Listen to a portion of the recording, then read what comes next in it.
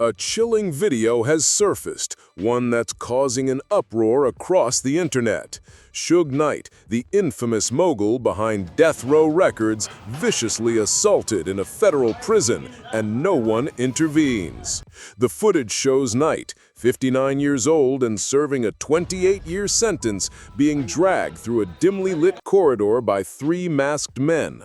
For 47 seconds, Knight is slammed against walls, his body contorted in ways that suggest more than just a random attack. The most disturbing part: no guards are present, no alarms are triggered, and the footage is leaked to social media, where it quickly racks up millions of views, sparking outrage and speculation. But what if this wasn't just a random act of violence? What if this is part of something much bigger? Let's break down what's really going on here and why the video raises more questions than answers. Section 1. The attack.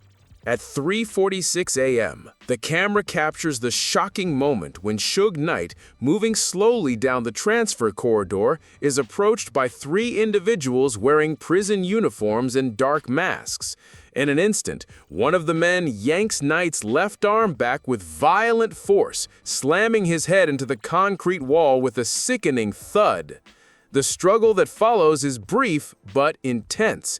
Knight's body twists as his left arm is forced behind him, and within 9 seconds, he is knocked to the ground. It's clear this wasn't a spur-of-the-moment altercation.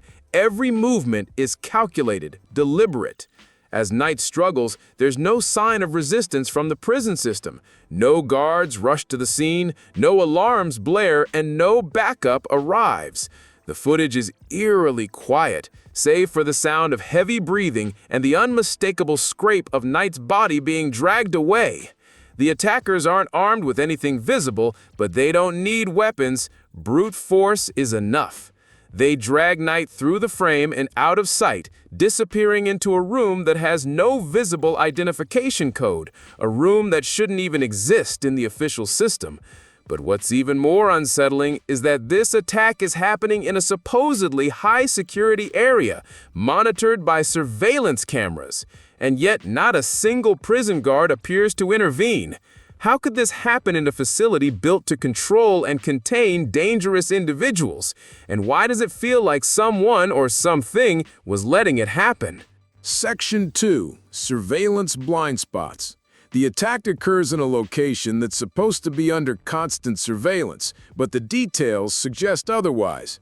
The San Diego Federal Prison is home to a transfer corridor in Zone G, South Wing, connecting the solitary confinement unit to a temporary medical checkpoint.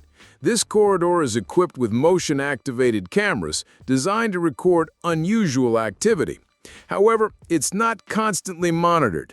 The footage reveals a glaring blind spot, one where the camera seems to flicker just before the attack begins, suggesting a malfunction or disruption in the system. According to internal data from the prison's surveillance system, the overhead fluorescent lights begin to flicker 2 minutes before the assault.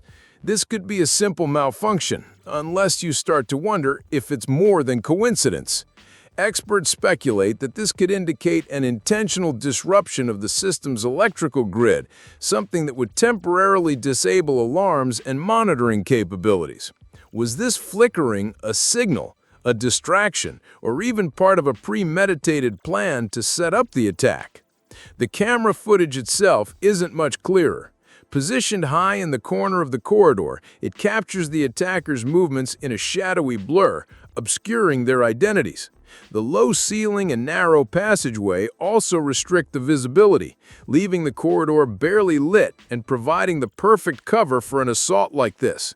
Could this have been a deliberate blind spot in the system, one designed to ensure that Knight's transfer went unnoticed? With no guards in sight, no alarms triggered, and no direct oversight, the attack plays out like a scene in a system that's been compromised from the inside. Something or someone was ensuring that Knight's disappearance would remain undetected for as long as possible.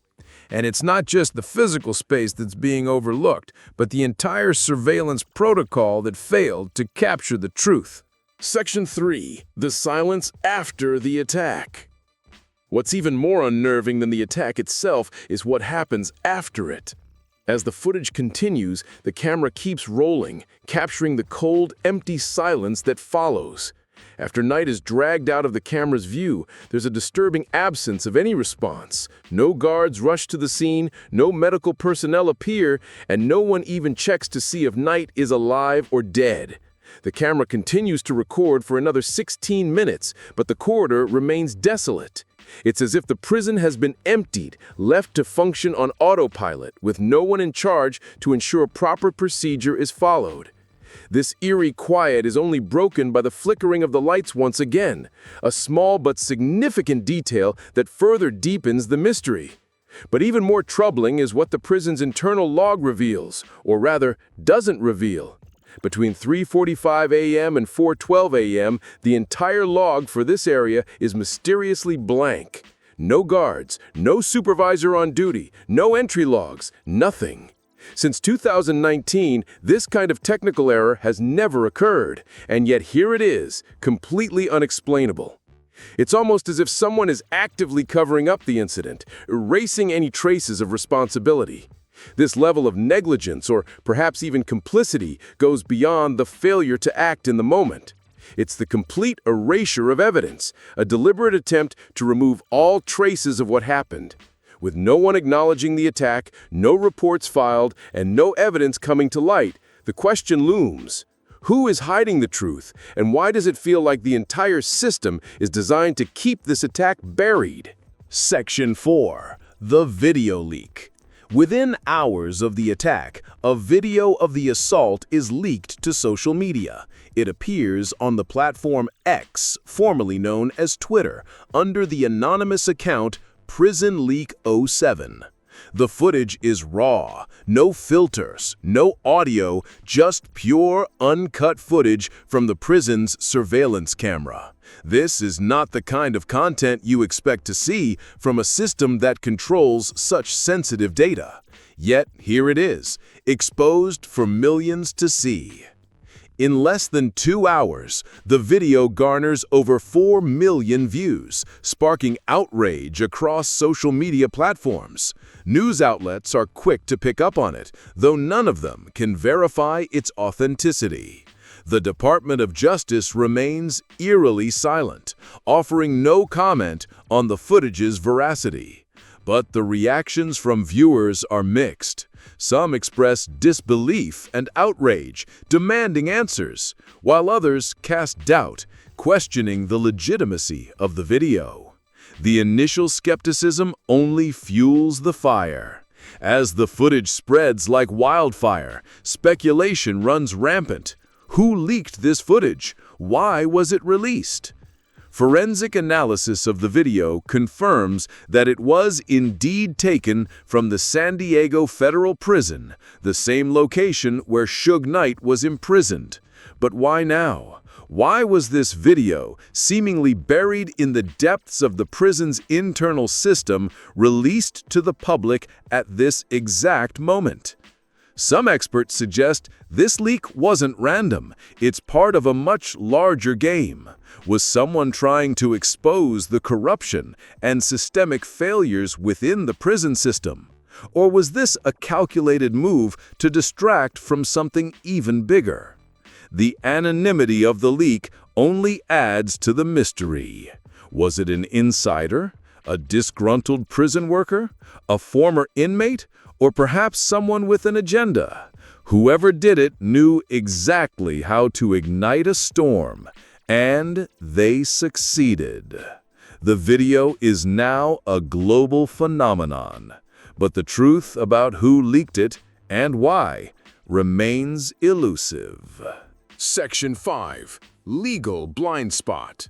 As the video spreads and the public outcry grows louder, one critical element of this entire incident remains painfully absent: any legal or institutional response.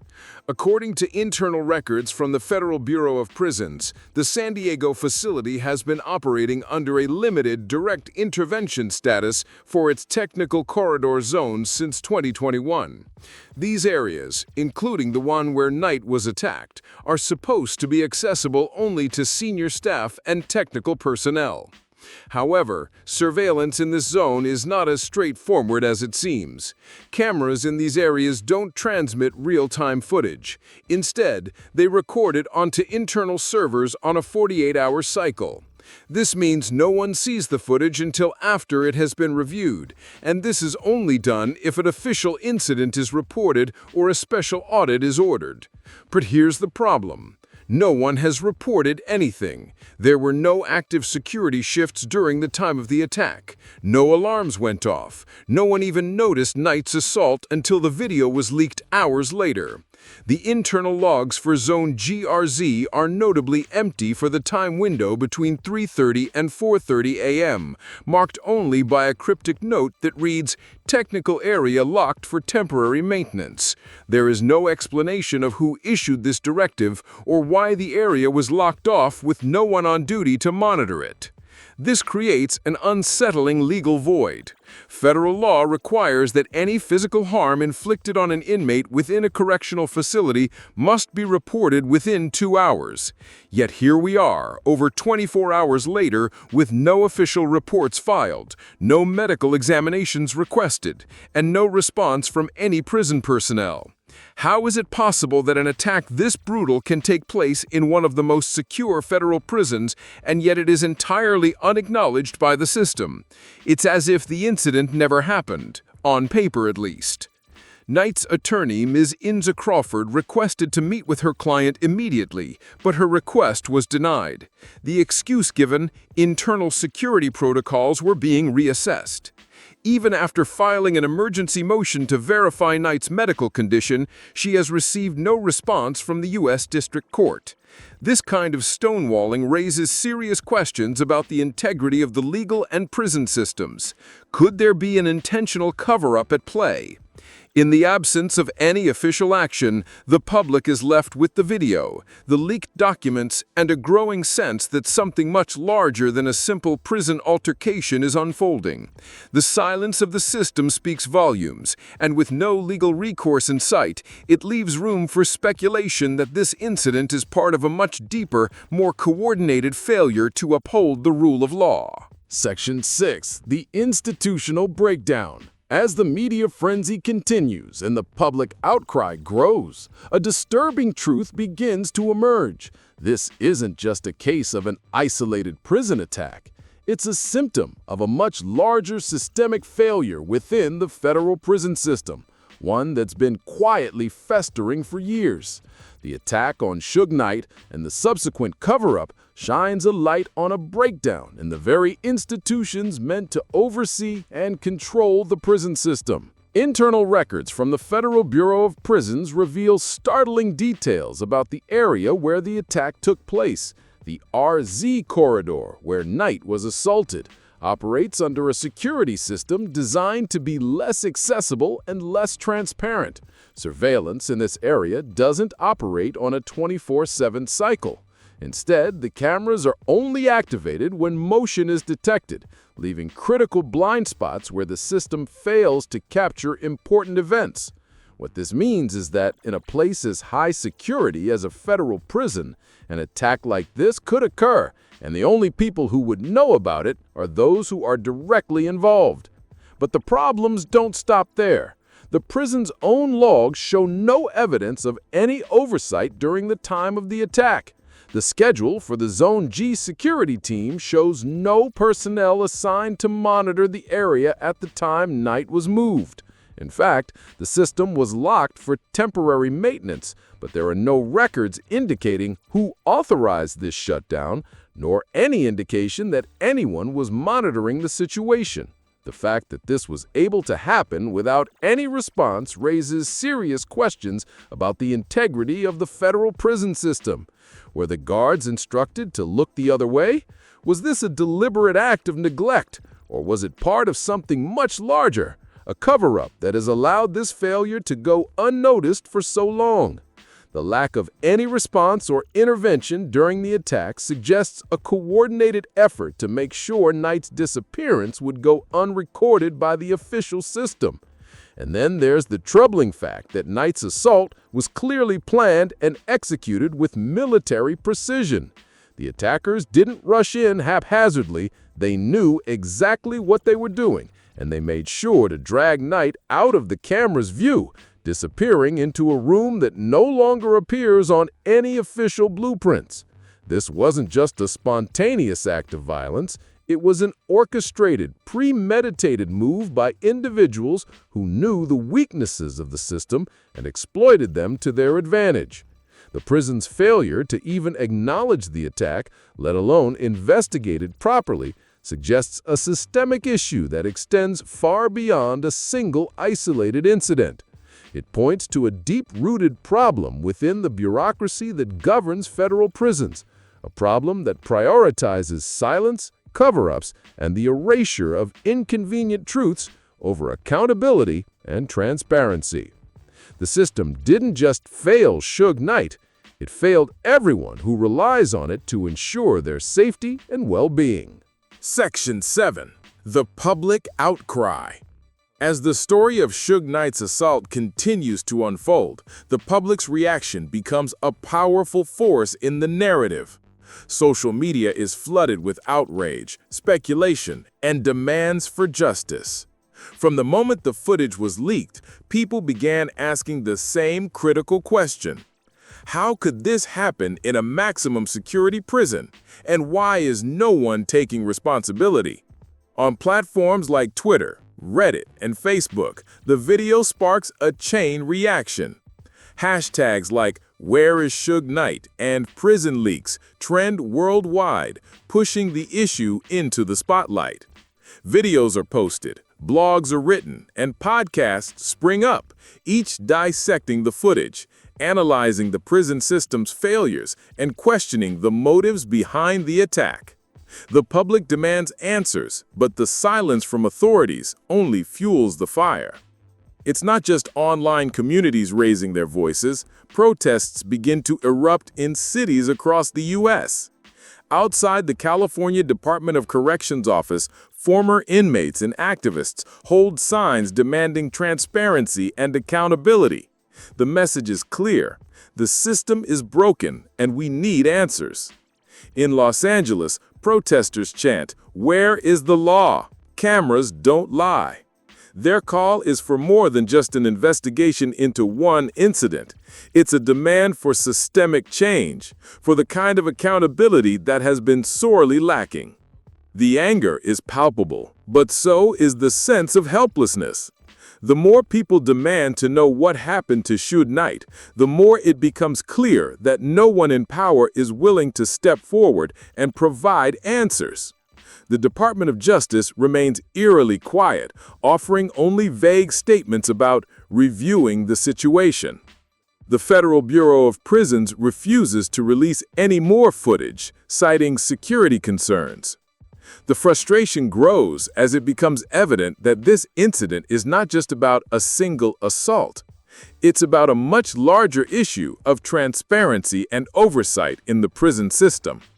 People start to see Suge Knight's case as a symbol of how the system operates behind closed doors, out of reach from the very public that it's supposed to serve. As the questions mount, the public begins to demand more than just an answer about this incident. They want to know how deep the corruption runs and how much more the system is hiding.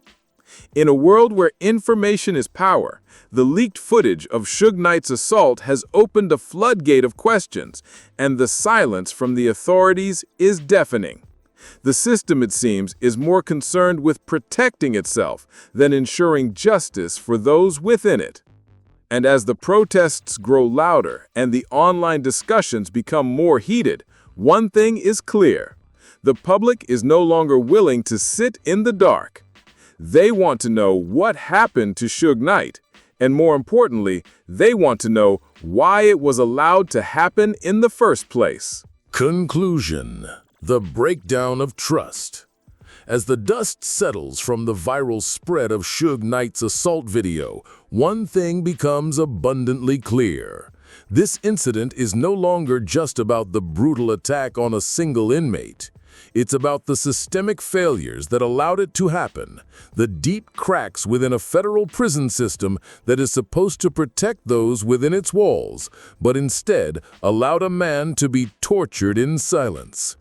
Knight's story has become a powerful symbol of what happens when trust in institutions breaks down, when the very systems meant to uphold justice and transparency turn a blind eye to corruption and neglect. The unanswered questions linger. Why was Knight placed in an area with no proper surveillance? Why was no one held accountable for the attack?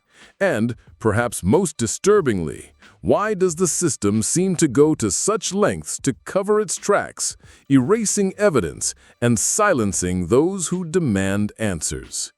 This isn't just a failure of the prison system. It's a failure of the very concept of accountability. It's a failure of the justice system itself to provide transparency when it matters most. As the public continues to demand answers, the authorities retreat into silence, offering only vague statements and legal loopholes. The lack of any official response to this scandal has only fueled speculation, leading people to wonder just how far this cover-up extends. What else is the system hiding? What other incidents like this one have slipped through the cracks, unreported and forgotten? The Suge Knight incident has opened a Pandora's box of questions about the prison system, about the way institutions operate behind closed doors, and about the lengths to which those in power will go to maintain control.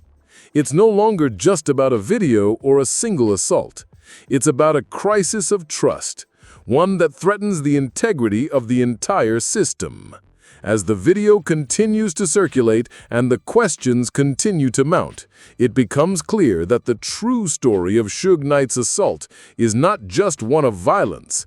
It's the story of a system that is no longer in control of itself, where truth is buried under layers of silence, cover-ups, and evasion. The question remains, will anyone ever be held accountable? And when the truth finally does come to light, what will it reveal about the systems that are supposed to keep us safe, but instead let violence and corruption thrive in the dark?